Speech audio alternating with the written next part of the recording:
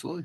So, Ryan, let's talk a little bit about the Notre Dame defense and kind of what we saw from this game. Is big picture, a lot of really good mixed in with some really bad.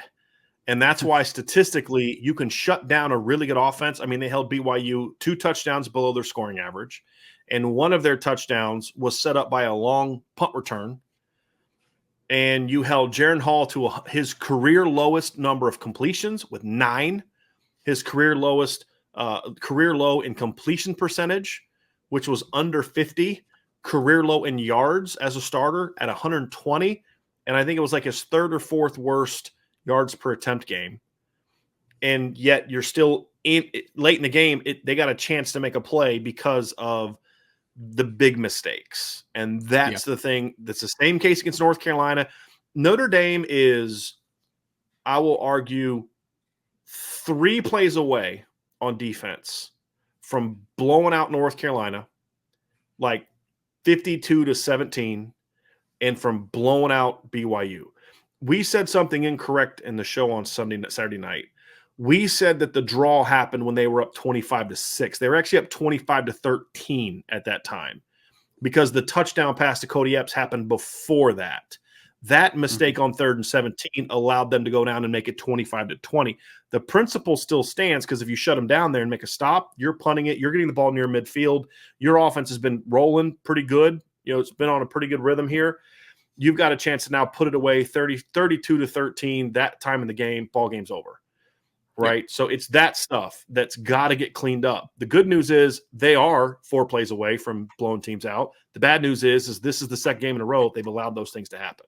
Because I'm not even taking away the Cody Epps play. I'm allowing the Cody Epps play to happen still. Because those things are going to happen. You know, it's not okay. We're going to draw that play up. But you're going to give up some big plays at times to good teams. It's the dumb plays like the 3rd and 17 draw that'll get you, that you just can't make those mistakes. It's the blown coverage against UNC. It's those type of things that you're just like, yeah, you can't make those mistakes. That's the stuff that frustrates you. But there is one position, however, that is consistently playing less than what all the other position groups are on just a snap-by-snap basis, and that's the linebacker position. And I know that's where we're going to start. So you tell me, Ryan, I want to let you kind of I talked a lot about the offense. This is going to be kind of your time. Just let me know what plays you want me to bring up, and we'll go from there. So I'll be your assistant here. Yeah, I mean, if I could just go from like kind of the wide scope for a second, just kind of reiterate a couple things you said, right? This is going to sound like a backhanded compliment, but it's not. Notre Dame held them to 14 points below their season average and Jared Hall to a very forgettable day, and they could play a whole lot better, man. Like it was not nearly as good as Notre Dame can play. So when you kind of put all that together, you're kind of like, wow, Notre Dame can be really good. It's just the simple fact, man, of we're going to start with the linebackers, like you said, Brian. This position group is one, and I talked about this on Saturday night, and I was hoping, honestly, that I was going to kind of have a change of heart a little bit in the sense of like, hey, maybe it wasn't quite as bad as I thought it was, right? Like to take a look at the film, maybe, you know, I was nitpicking a little too hard. Maybe I was being a little over the top. And I'll be frank, I wasn't. It was bad, man. Like it was just not good linebacker play. I mean, it was across the board too. It wasn't one football player just, you know, making every mistake and then a couple other guys kind of overshadowed and made up for it. Like it wasn't. I mean, Jack Kaiser, I thought, was the best linebacker on the day, but he made mistakes, right? JD Bertrand, when he came in the football game in the second half, and I feel like he became the whipping boy for a lot of people in the chat. Like, oh, as soon as JD came in, it was downhill from there. No, folks, it really wasn't, man. Like the run game stuff were running on him in the first half too, Ryan. Yeah. They rushed for 44 yards in the first quarter. 44 yards in the first quarter against Notre Dame. JD wasn't in there for that. Now, and there's going to be a couple plays that we're going to show that was, I mean, I think maybe 3 or 4 of the plays that I picked out for tonight were first half plays when things were looking like they were going well, right? But it's the simple fact of like, hey, against BYU, this stuff might fly, right? But when you get to the Clemsons, when the Will Shipleys of the world, when you get to USC's with the Travis Dyes of the world, this is going to be different, man. It's going to be different. So, I mean, I think we should start with the good, though, right, Brian? I think the good of it is that when Notre Dame's linebackers were playing under control and being very, very I don't want to call it one note, but having a little bit of less responsibility and having a Yeah. little bit of departmentalized responsibility, Yeah. it was pretty good. And one of the first plays I want to talk about was Bo Bauer near the goal line, which I thought was a tremendous play for him and a tremendous play for the defense in general. So we're going to have this. This is pre-snap, obviously, right? We're on the goal line. And real quick, Ryan, this is why we said after the show that Notre Dame should start telling their linebackers they're always in 3rd and 1 at the at a 3rd and goal, because they are hard to score on running the football in the red zone. They are, and linebackers are a big reason for that because they just go right, and that's what I think the coaching staff needs to look at is why are they so good there but so terrible in between the 20s. Right. Well, I'll tell you why it is on this play, at least, right? Yeah. So what we have here is that we have Gabriel Rubio and Chris Smith occupying both A gaps here. They're both on the outside shoulder of the well, Rubio's on the outside shoulder. Chris Smith is in a 1 on the guard, but either way, they're still occupying the A gaps. Why are they doing that, folks? It's very simple. You want to have the center and both guards have to worry about 2 players. So you have a 3-on-2 blocking assignment, which allows number 52, who is Bo Bauer, to have an easy scrape. So they actually run, if we see from a defensive perspective, this is going to be strong left because we see 2 tight ends to the left side here from a defensive perspective. What's going to happen is that they actually are going to run inside zone, weak side here, where it's going to go to the B, end up going to the B gap. What happens is that Rubio and Chris Smith do a fantastic job occupying their blockers, stalling the momentum at the point of attack. There's no movement gained at all, and it's going to be a really easy, simplistic read for Bo Bauer. Because one thing that Bo does good, man, when he has clear vision and he's just getting downhill, Bo Bauer's a pretty good football player. And this is what we saw from this play, Brian. So this was the pre-snap. We also have the post-snap view. And it was one thing I want to really say about the defensive ends on the goal line too, to your point. Isaiah Foskey against North Carolina was an absolute animal near the goal line, Brian, like locking out, working the point of attack, and setting a firm edge. Riley Mills see that right crashes. There. Look at that right there. You can see, oh, man, look at that massive humanity there in the middle, man. 2 guys take up 3 blockers. Riley Mills does a great job from the backside, squeezing down as well. You have a couple players Ryan, on the left side. Can you do me a favor? Can you explain why this right here is so important against Carolina and on this play here? Can you just explain why that's so important? Yeah, absolutely. So you see the player that Brian has circled there is Isaiah Foskey. So what Isaiah has done here is we always talk about his arm length, right? Why does arm length matter? That matters right here. He's able to get inside positioning on this guard, and he absolutely presses him. And what he does is that he is able to keep his leverage outside on him, where now this running back, if he wants to spill this outside, hey, I got Isaiah Foskey right there, nothing. I got Maris Loifel doing a good job there to set the edge on Blake Freeland. There is no way that you are going to be able to work that inside zone, to that B or that C gap because you have players occupying every gap. So Bo Bauer given an easy A gap, and it makes if you remember this was 3rd and goal on their first touchdown. They hit Cody Epps on that little, they ran the motion and ran him back out real quick. It's, it's almost like a natural pick type of thing. Yeah. But you saw, again, when Bo Bauer has clear vision, man, and when the defensive line does their job, the linebackers have traits that you can work with. I just think, again, we talked about it against North Carolina, need to really start asking linebackers more consistently to do things that they're comfortable with, because this is something that Bo can do well. And if you remember this play, Bo stuck this running back in his tracks. There was nothing on that play. Yeah, they went backwards. And I brought that other clip up because I wanted to show people where the ball was at the snap. It was just inside the 1 yard line. They snapped the next play from the 2 because he knocked them in the backfield. And that's the other thing too, is it's not just about, it getting blocked up correctly. These are called this is why this is called force, right? They are the edge players they're either force players or spill players, to make it as simple as possible. You're either forcing it back inside or spilling it outside. In this instance, they're force players. They both do a great job here. And as you said, Bo absolutely cleans it up. But here's the other thing too. I've seen a lot of linebackers. Wasn't that Brooks playing that, Ryan? Yes. Wasn't he the runner? He's 230 pounds. Yep, big kid. I've seen a lot of linebackers step into that hole. This is the final thing that I want to add to it, Ryan, because Ryan explained it perfectly. I've seen a lot of linebackers step into a hole like that against a 230-pound running back, and it's still touchdown. Yep. And that's the thing about Bo is he didn't get into the hole and wait. He got into the hole and attacked. And that was a really important thing, right? Because if you wait, he's driving you in the end zone. Flat, or if you go high, Bo, it just was like a missile, just kind of drove right through that guy, went low and drive right through that guy for a huge play for Notre Dame, right? Yeah. Yep. And I mean, so there was some pretty good linebacker plays that were just kind of mixed in throughout, folks. Like this was one that I think really exemplified, because again, I think that there's a simplification or a departmentalization, whatever word you want to use, for these linebackers. Like we saw against North Carolina, for instance, when Maris Loifau was asked to do kind of one job, right? Work in space, use his athleticism, played pretty well. Bo Bauer on this play made a nice football play. Jack Kaiser, I thought, played more confidently in this game.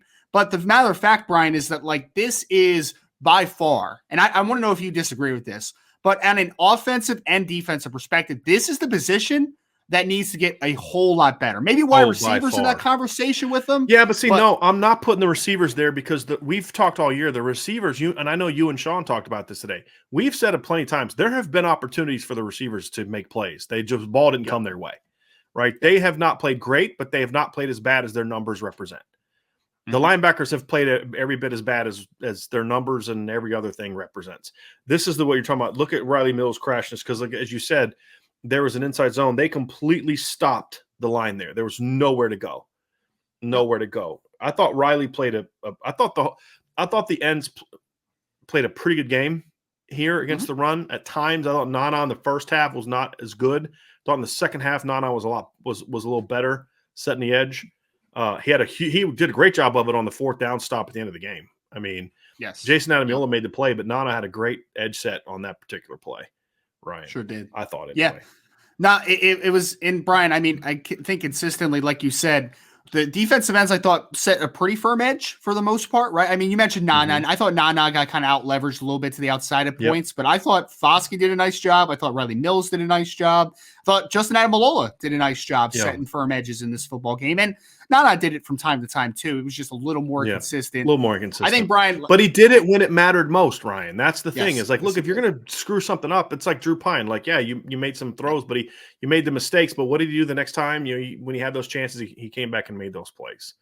100%. As long as you're showing internal growth and being able to make up for those mistakes, I could work with you, man. Like no one's perfect. I mean, it's just the world that we live in, right? Like nobody is going to make the right decision every single time, but the growth factor is the biggest thing for me. But I think that, Brian, like, again, I don't want to get super negative here, but I think we should show a couple of these linebacker plays that I'm wasn't so bringing this next one up. Yes. Okay. This is okay. So it's a light box here. Okay. Which first and foremost, I'm kind of like, I don't understand exactly why we have a light box. We're working in 11 personnel. So obviously they have pulled a guy out of the box here. So we have 4 down linemen, Jason Adamalola, Gabriel Rubio, and 2 defensive ends. Looks like Justin Adamalola and Nana Osafo-Mensah to the wide side of the field, if I have that correct. That is the Viper. Yep. Brian is the numbers are here.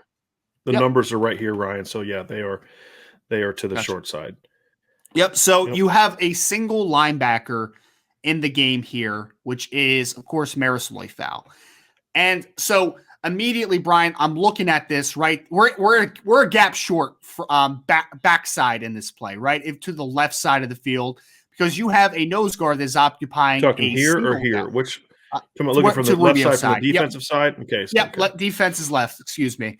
So we have Gabriel. Dude, I'm an offensive guy, so I'm always. I know. Now you're the other way. It used to drive my coaches crazy, man, because I used to draw up the plays, and I would draw from a defensive perspective. They're like, no, you got to draw that from an offensive perspective. No, I don't. It was the hardest thing I had to do my first year as a coach was drawing up the cards, because I would always draw it from the offense. And like, dude, you're running the scout team defense. You got to draw it up from exactly. That was the same problem, man. I had the same exact problem, that's really funny. But to the defense's left here, you have Gabriel Rubio, who is in an A gap. That he's an A gap defender there. You have Nana Osafo-Mensah, who's the defensive end at the top, and he has a C gap player. What you right now, tells me you're a gap short to the left side there. You have no player that is responsible for B. I'm assuming that there's going to be a safety there late to fill, but either way, you are out leveraged to that side, which is not a great place to be. On the right side, you're okay. You have a Justin Adamalola who is playing a head-up technique on the tight end, so he's basically two-gapping to his side, and you're going to have a Jason Adamalola who's a B-gap player, and then you're going to have, it looks like Benjamin Morrison, who's going to end up being the contained player outside, and you have Maris Loifau, who is the A-gap player. So you're a guy front side, Brian, which makes this play equally as frustrating to me that this happened this way, okay? We're going to pull up the front side clip. So basically what happens here is they run, we're going to get the play up, they basically are running inside zone where I'm sorry, they were not running inside zone. So they were pulling a guard that was originally on. So if I'm the defensive side, it was the right guard, the left guard that was pulling to his right to the defense's left. I have zero idea, and I have watched this. So this is what linebackers do, okay? Hold on a second, Ryan. Yep. I'm going to just show this real quick. Yeah, if we could draw that, it'd probably be a little better. The so back what is happens here, is, yep. And this is the puller. Yep, that's the puller. Yep. So he pulls. Right, and then he's going to lead. Yep. I want to show it because the guy that pulls, Maris is staring right at him. Well, Brian, that's my frustration. So linebackers, you can either lead flow or you can read guards, right? On this play, I have no idea what Maris is looking at. I have zero idea. They both take in the same direction. Right. Either you're reading the running back flow, which means that you're working to the defense's left, or you're going to read that guard, and it's also going to take you to the defense's left for whatever reason. It's almost like Maris Loifau is cross reading for the read, for the pull off of the quarterback. I have no idea what this is. I have no idea what this is. As a former linebacker, I watched this play about six times, and I'm like, I have no idea what Maris Loifau is looking at. I have zero idea. I don't like Brian. I'm really trying to quantify this properly. Whether he's reading guard or he's reading flow, I have no idea why he's going after the quarterback. Well, I know it's like he's cross reading, right. But the problem is that you can't cross read if there's no other inside linebacker there. Like one of two things happened here, Ryan. One is he completely read it wrong, or two is he didn't know what the call was, and they're both bad. I actually think if he didn't know what the call was, that makes it even worse. Because like, how do you not know the call? I mean, everybody else got the call right.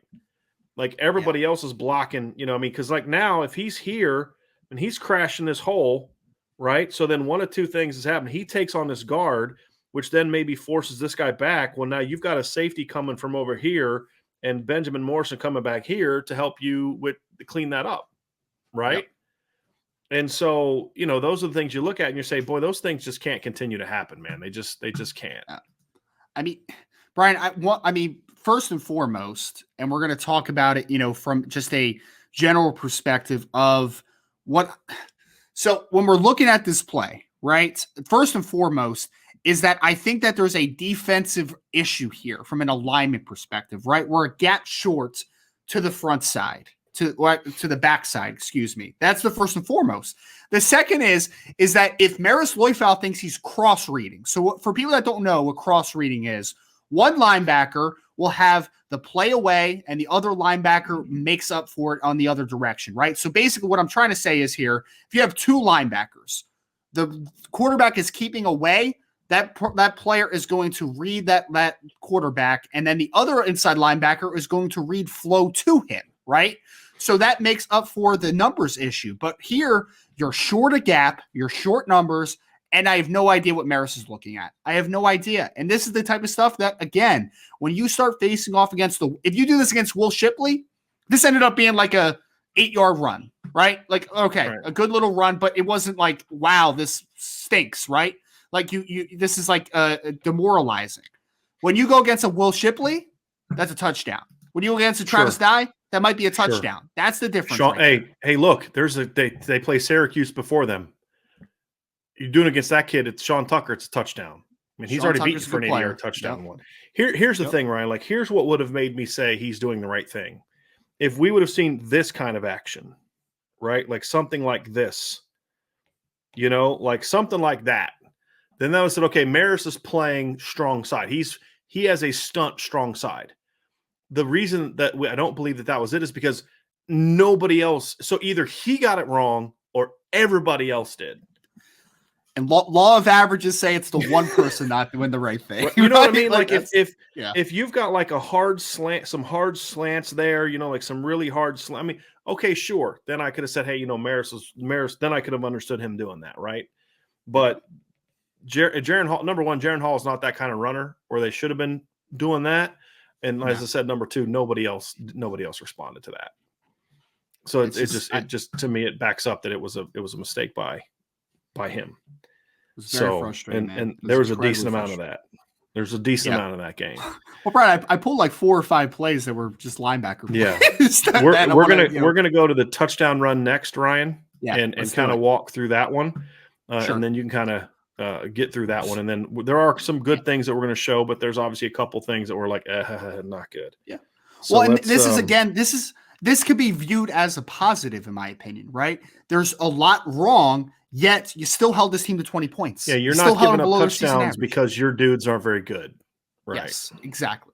So on this play, I feel a lot better where we are, right? Alignment perspective looks good to me, right? We have all the gaps occupied. We're not a gap short. We're not a player short. We are good here, right?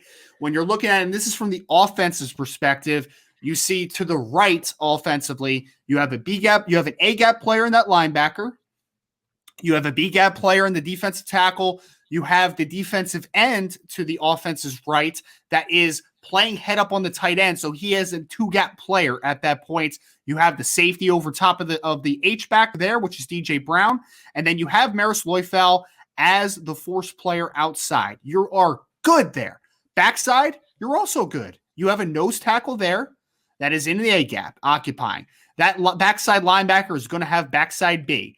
And then you have the defensive end who has C gap. You are good, man. I have no issues with alignment. Right. You have and of course, Ryan, we're just saying by alignment because you could do this, right? But the point is that Ryan's making is you have someone to account for those gaps, whether you're doing this and that, whether you're doing this and that. The point is these gaps are covered. Somebody is there to account for those gaps. Yep. So please continue. Yep. And in the previous situation, in the previous example, I did not like structurally how we were starting the playoff, right? There was a gap short, in my opinion, front side. This play, we're good, man. We are good. So starting point is awesome.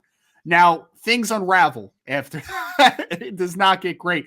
And this is actually not a whole linebacker issue, in my opinion, on this play. This was also a play. This is the touchdown run where number 2 kind of bent it to the sideline there. So there's a couple plays. There's a couple reasons that this play works for them. One is that they did a good job blocking up front, first and foremost. Let's start there. But what they happened is that this nose guard in this sequence is going to end up getting double teams, Brian. That's Gabriel Rubio. He gets mauled at the point of attack by the double team. What he does, he gets knocked back and then put on the ground. Yes, he gets put on the ground. And not only does he do that, the center and the guard also were able to take him right into J.D. Bertrand and knock him out of the play as well. So they took out of 2 players on this play, all for the double team, which is how you draw it up, man. That's why you combo. Was this JD or was which one was JD? Which was it? Front side to the strength. That's JD. Okay. Yep, and then that's gonna be Kaiser, who backside, who's trying to come over through the flow, but he just gets he just is a little too slow to react there, right? So they double team up to the first level. And Ryan, real quick, if you're asking him to make this play out here, a lot of crap went wrong. You're in trouble. Yes. Yeah. This is not on Jack Kaiser. Yeah, no, it's not on Jack Kaiser. And I don't think this is actually on JD Bertrand either. Like, I think he could have been a little quicker to react on this. His trigger could have been a little faster. But this is, defensive I think line. If he would have reacted quicker, I think he might actually have gotten tripped up even more. Because he ran right into where they were driving Gabriel Rubio, in my opinion. Yeah. So, but anyway, I mean, you got that double team that just took 2 guys out of the play. And then, Brian, this one drove me crazy, man. DJ Brown on this play, number 13, who is Mason Wake. He's a fullback, H-back type, right? He runs just like a shallow cross And DJ just follows him the whole way, man. It takes him out of the play. It was weird. I don't understand exactly. And if we could go to the post-snap play, you'll be able to see it. You'll actually see that DJ completely just followed this crossing route. So not only did your linebacker get taken up because your nose tackle did not do a good enough job pre-snap, but you also now have a linebacker that has trying to float all the way across. He's never going to get there if you're Jack Kaiser. And your safety that's front side, DJ, who's a good run defender, is chasing a fullback across the field so that you are now another player short on the front side of this run, and it bends all the way to the sideline for 6 points. Mm-hmm. It was a strange play. It was a very strange play, Ryan. It's almost like they weren't ready when the ball was snapped. That's kind of what I felt like on this particular play. That they just weren't quite ready when the ball was snapped for some reason. It was very strange. Let's draw up the what it looked like post snap. Yep. Sorry, I forgot that you sent me that. You're good. You're good. There we go. All right. So as you see, you can see right there, right? So perfect. I mean, that mass of humanity that's in the middle there. You can see the center and number 71 are both actually. Oh, Brian, I completely drew it up wrong, actually. So the center and the guard did not double team up to the second level. It was actually the guard and the backside tackle, which actually makes it worse because that's a tough reach block on the double team for Blake Freeland. So they are able to create that movement, and you can see right there, 71 is now taking out J.D. Bertrand on the play. Gabriel Rubio's already on the ground. This play started from about the 30-yard line, and Gabriel Rubio got pushed back to the 25, right? So he got displaced about 5 yards on that play. You can see right there. Because this was a 30-yard touchdown run, Ryan. Exactly. Yeah. Yep. So he got displaced about 5 yards, which made the linebacker get collision there. He's on the ground. And then, Brian, you could see it right there. Do you see DJ Brown chasing this play to the middle of the field? Idea what he's doing. I have no idea what he's doing. I have no idea. There were some very strange plays from the secondary in this game against the run. Like the draw play that went for set 20 on 3rd and 17. Like Jaden Mickey is just not looking at the ball. He just runs right into the blocker as the running back is running right inside of him. And you're like, okay, fresh mistake. But then you see it here too. You know, like it just, there was some very, very puzzling stuff in this game, right? Very puzzling. And it's really frustrating too, because if you look on the front side here, defensive tackle did a pretty nice job, right? Front side, like he takes up multiple blockers. Maris Loifel actually does a good job being that contained player and setting a firm edge there. It's just when one or two players do not do their job, that's when touchdowns happen, man. That's when it happens. Well, and what do we say on offense? When you get blown up right up the middle, it's going to screw you up. It's the same thing as true on defense. If your nose guard gets dominated like that on a play, it's going to screw you up. I mean, you're going to have a hard time making a play.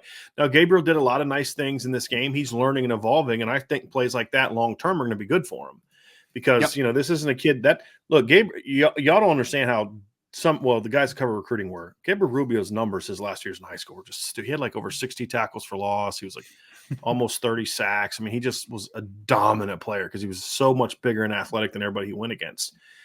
Needs plays like this and say, hey, look, just because you're 300 pounds doesn't mean you cannot move your feet off the ball. Doesn't, you know what I mean? Like you got to bring it every play. Well, in the previous games, he was giving you like 5 snaps. So he was coming in with his hair on fire. Well, sometimes young guys, when they're playing more snaps, Ryan, and they had to because Cross wasn't playing and Lacey quit, he knew he had to play more. And sometimes young guys can say, I got to pace myself a little bit. Exactly. You know what I mean? And that's a lesson learned that he'll get from it. It's kind of like what we talked about with Drew Pine. Like the interception was terrible, but he's going to learn from that. He's going to come back from that. And next time they run a play like that in that situation, you'd hope that he's going to read it out and make the throw. Same thing for Gabriel here. He's going to know, like, look, man, I did not bring my feet. I did not do this. I did not do that. And I got my butt kicked, you know? Yep. And if you know Gabriel Rubio, he's not going to take well to that. He's going to be a little ticked off. And that's what you want him to be. That's where you want him to be. And Ryan, we've talked. Go ahead. Sorry, I was just going to say, Brian, we've talked a lot of positives about Gabriel the last 2 weeks. I think that he's shown a lot of positive signs. It's just, again, snap to snap consistency. It's something that needs to be remedied, but he's heading in the right direction, so he'll be fine. Let's draw up a couple positive. Oh no, let's one more negative, Ryan. Got to do one more negative because this play, this is a play that a lot of people have asked about. So I want to draw up the touchdown pass to Cody Epps. here real quick. So let's draw that up and talk through what happened there. Okay, let's bring this up. All right. Yep. So this is Cody Epps right here, correct? Yep, that's Cody Epps. So you have a 2x2 set here. You have the H-back front side. You have the wide receiver up there, and then you have 2 wide receivers to the bottom of the screen. So like Brian said, the slot to the bottom of the screen is Cody Epps. So, Brian, I mean, honestly, man, I drew this one up, and I'm still a little confused as to what the coverage is supposed to be here, if I'm being completely honest. So what you have here, you have a single high free safety. You have the strong safety that is already rotated down right there. So you are in a single high look. What happens here is that it looks like it's cover 3 to the bottom of the screen, or I'm sorry, cover 3 to the bottom of the screen to me. That corner releases and he has a zone turn, which means that he turns to the middle of the field. Covering deep thirds of the field. Right. Yep, deep third. What happened, though, which is weird, though, Brian, is that middle of the field safety kind of bit way over to like the hash instead of playing to the middle of the field, which was a little odd. So he went that way. He went back to the bottom of the screen. Yeah. Okay. So he goes here. So he went far inside there, which was odd to begin with, but both corners played it like it was cover 3 to me. That's what it looked like. And then you had what ends up being Jaden Mickey one-on-one with a Cody Epps inside. My first reaction is, where's the help inside? I'm just a little confused as to what this play was supposed to be, because, again, it was like almost like a cover 23 for a second, right? It was like cover 2 to the weak side, cover 3 to the front side, almost like cover 6, I guess, in that instance. But it was just, I don't know, Brian. Like, I'm still trying to figure it out, man. I think this was a instance, and my number 2 key that I wanted to talk about a ton was defensive back wise, or coverage wise, I should just say, as a whole. I feel like there's a lack of communication at times, and it's almost like different secondary members have different calls, or that they think they have different calls, which this looks like a complete coverage bust to me, because what happens is that you would basically end up having the corner at the bottom of the screen carries the vertical route. It's an outside vertical. The safety to the middle of the field also works to that vertical as well, to the bottom of the screen. You have backside, the receiver all the way at the top of the screen. He runs just like a deep comeback route to the sideline. So that corner basically ends up having him man-to-man. And then you have Cody Epps in the middle of the field there, who he runs kind of almost like a streak route, but he gives him a little stutter at the top of it and hits it right to the middle of the field. So what happens here is that, again, Mickey basically is covering him man-to-man. He ends up in man-to-man coverage, and this is the one thing that we talked about even back to the spring, Brian, even back to fall camp. Jaden Mickey is a really aggressive football player who's going to be an excellent player at Notre Dame and has already done some really nice stuff during the first few weeks. But the one thing that has gotten him hurt is anytime there's a double move of any sort or any type of movement at the top of the stem, that gets him in trouble a little bit. So Cody Epps, it's not even a huge fake, man. Like, he literally this is just like a little mini head nod. It's a little head fake. Right. Yeah, it's a quick head fake outside, bends it back to the middle of the field. There's no safety in the middle of the field because he went all the way down for the vertical route to the bottom of the screen. I want to point something out here too, Ryan, is his alignment is inside, right? Yep. So the thing is he's protecting the inside with his alignment. The way he opens up, he turns outside, right? Yes. And so the thing is like your alignment is protecting the inside, which means that's the side you can't let them get to, right? So if the guy wants to go outside, then you let him go. You go with them, and then you get in trail. He's got to basically what Coach Freeman said today is he's got to carry the number 2 seam, right? And that requires a little bit of patience, because if this guy wants to run an out cut, then you react. Then once you see him make that break, then you cover. You get downhill on him. What Jaden does is he kind of sits and lets the guy get on him, which I thought was kind of a mistake. And then that little nod gets Jaden to just bite it, and then he goes there. Which, if I'm another team, and we've talked about this, Ryan, if I see Jaden Mickey in a game, if I'm a head coach and I see 21 in the game and you haven't run some kind of double move on him within the first 3 snaps, I'm going off on my offensive coordinator. because he's gotten beat. What, 3 different games with that? Now, one game, Marshall, right, beat him for a touchdown. It got called back because of a penalty. Mm-hmm. He got beat on a touchdown on the similar thing against Ohio State, and then he got beat for a touchdown here.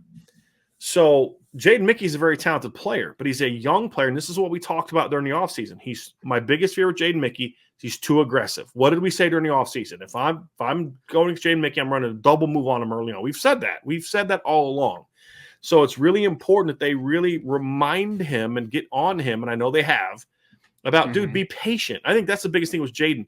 Be patient, right? If this guy wants to run a little quick out, fine. We're okay. You see it, you rally to it, you tackle him at 5 yards. What you can't do is vacate this. You can't. And I don't think he was the only – I think this point you're making, Ryan, based on how they were playing, I don't think he was the only guy that made a mistake because I don't still know what that guy did on the play. I'm like, that's why. Who was he covering? He was just covering like hook curl there. Like he was just working. It was weird, man. Inside number 2. I don't understand that. Like I don't understand why he'd be doing that. Well, actually, no, I'm wrong. I'm wrong, Brian. I'm wrong. That safety blitzed on this play. Oh, that's the one. Okay. Yeah, he blitzed on that play. My mistake. Yep. This is where they brought the safety blitz. Yeah. Oh my goodness. Well, yeah, I know. Why is it that they always do that when Jaden Mickey's in the game? Like you're putting that kid in a pretty terrible situation. I mean, come on, man. Come on now. Yeah, so I think that was DJ Brown. DJ Brown blitzed on this play. Again, though, but like it seemed like everyone was playing with cover 3 principles here, but except for the deep safety. I don't think that it's just Jaden Mickey on this play either, regardless. I don't know why. I don't know, man. Again, like I'm not really sure what the coverage was because that middle of the field safety threw me through a loop watching his drop on this play. That's weird. A bad thing, Ryan, when you're watching a game and you're not sure who should have done something different. Because at first I'm like, I mean, at first, Brian, I was like, okay, they're playing cover 3 to the front side of the field, right? And then they're playing 2 backside. So it's like cover 6, right? Yeah. But even then, man, I just don't know why that safety was so quick to get over to the numbers. Like, I don't understand why, especially with you have a 2x2 set, right? So you have that inside receiver. You need to split the difference on those 2, man, working to the sideline. You can't just run directly to the sideline. That's why it was bizarre, man. It's really bizarre. So let's do some good stuff, Ryan, and we're going to start off with a goal line play. Yep. With Jason Adamiola. So we're going to go here. Yep. And talk us through what happened. Yep. So my third big key of this game was when Notre Dame attacks, they are a good football team, man. They really are. So this play, and Brian kind of already quantified it up a little bit, right? When Notre Dame's on the goal line, they're a good team. I don't know what it is, man. They're defensively, they play some good football. So again here, we're gap sound across the board. See, to the left side, the defense is left. You have Maris Loifau, who's a contained player, the C-gap player there. You have number 9, who's Justin Adamalola, who's going to end up being he's 2-gapping technically, but he's going to end up being a B-gap player on this team, on this play. You have number 57 to his right with that nose, which is Jason Adamalola. Then you have Gabriel Rubio, who's in a 2 technique, head up on the guard on the front side there. And then so he's 2-gapping. Jack Kaiser's behind him. He's going to have whichever gap ends up being not occupied by Gabriel Rubio. So he's going to run fit. He's fitting off of Gabriel Rubio. Yes. Yep. So if Gabriel Rubio ends up being an A-gap player there, then Jack becomes a B. If Gabriel Rubio ends up being a B-gap player, then Jack ends up being an A-gap player. And then front side, you have Nano Safamensa, who's the C-gap player.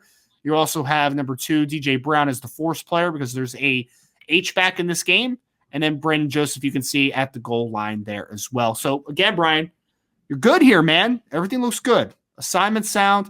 And this ends up being a really good football play. And I wanted to highlight this one because this was one of the best plays I have seen of Jason Adamalola all season, man. He did a tremendous job.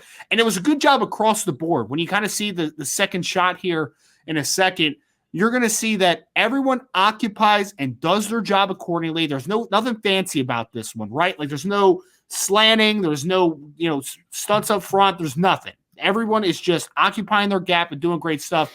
Jason Adamalola, folks, if you could see him occupying that center, he basically ends up slanting across that guy's face. That running back, they're running just inside zone to the defense's right. And what Jason does is that he creates such easy and good penetration here. He takes that center and he gets him in the running back's way. He destroys the track where now that running back has to stop, plant, and then try to fight backside. But the problem is that backside, you have his brother, Justin Adamalola, come in to make the play. So this is a play where Jason doesn't get the tackle. He doesn't get the credit. He doesn't get the glory. He doesn't get the box score. Doesn't get anything. But he sets up his brother for an easy tackle for loss here because he created such great penetration to the front side of the play. Yep.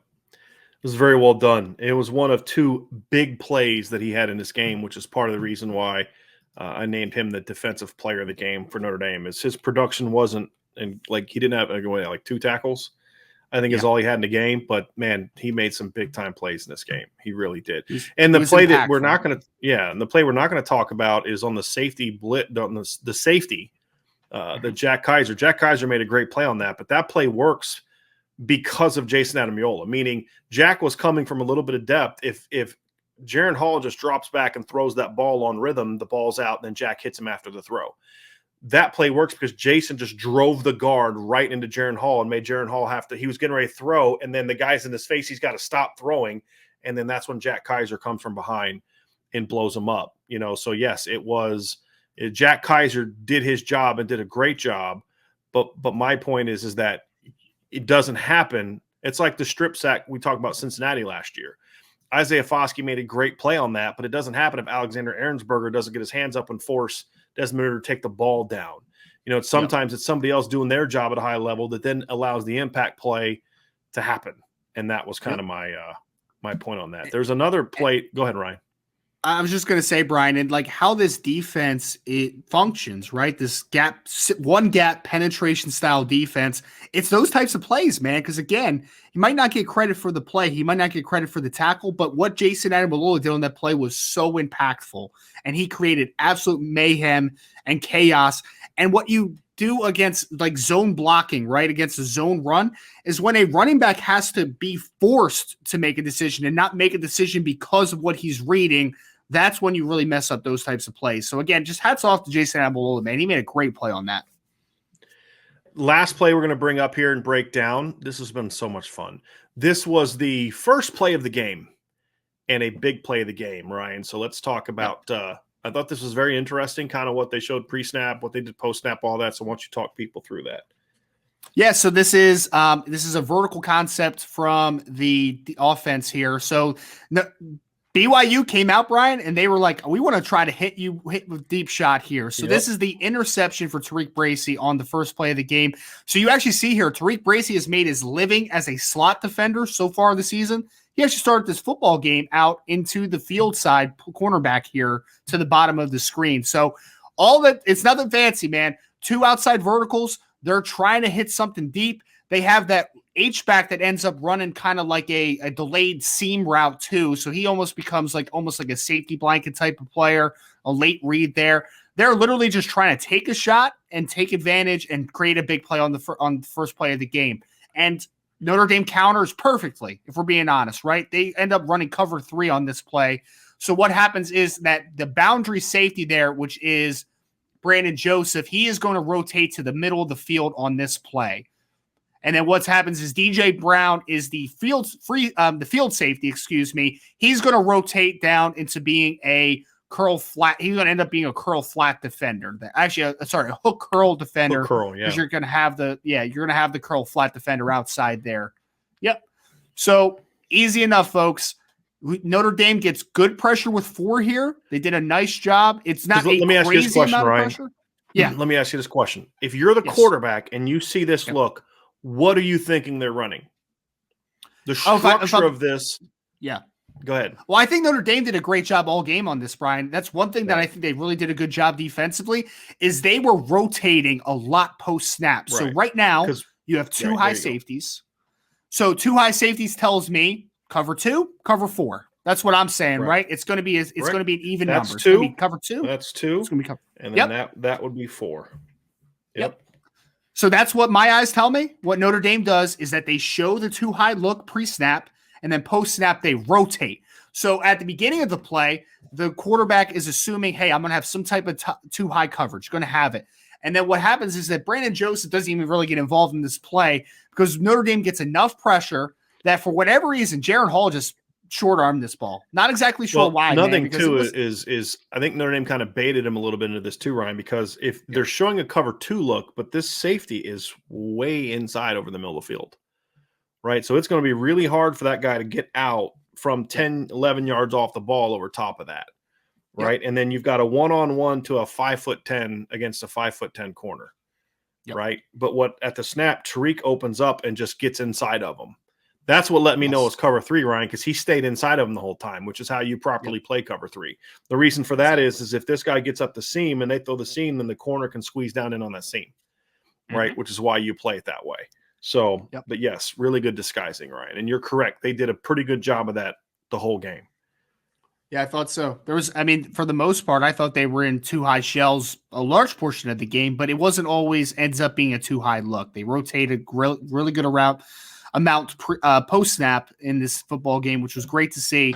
And just an awesome play by Tariq Bracy. Like you said, Brian, he gets inside leverage and he's able to run. When he's able to do that, man, he's a really good football player. Underthrown ball, and he's able to finish at the catch point for the huge play. And I mean, what a start to the game for Notre Dame. You defer, they get the ball, first play of the game. Your guy that's probably been your best defensive player pretty consistently throughout the season makes a big play to start the football game. Yep. I think sometimes they maybe do a little bit too much of that, which is what's causing some of the confusion. But the reality is there are 2 things they can do. One is they can kind of scale some of this back. But then number 2 is the more these kids play in this defense, the more they're going to not have those mistakes too, right? We saw this a little bit last year with Marcus Freeman, is where you'd see these really silly mistakes that would lead to big plays.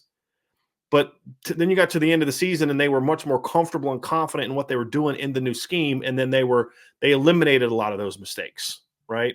Like even against Oklahoma State didn't beat Notre Dame because they were blowing coverages. They just flat out outplayed Notre Dame. But we didn't see the big plays happening because of, oh, gee, I didn't know I was supposed to do that, like we saw early in the year. You know what I mean? It was missed tackles and stuff like that, but it wasn't like, oh, gee, they didn't know what they were doing. They knew what they were doing. They just didn't stop it, right? So I think that's the other thing is I think we'll see them clean some of this stuff up, even if they don't scale it back at all, which I mean, we both agree they should. That's why I think the linebackers struggle as much as they do, and why we do see these blown assignments in games. But just the more experience is going to allow them to get there, and that's kind of a big part of where I'm at with that one. So, Ryan, that is going to do it for the X's and O's breakdown of this part.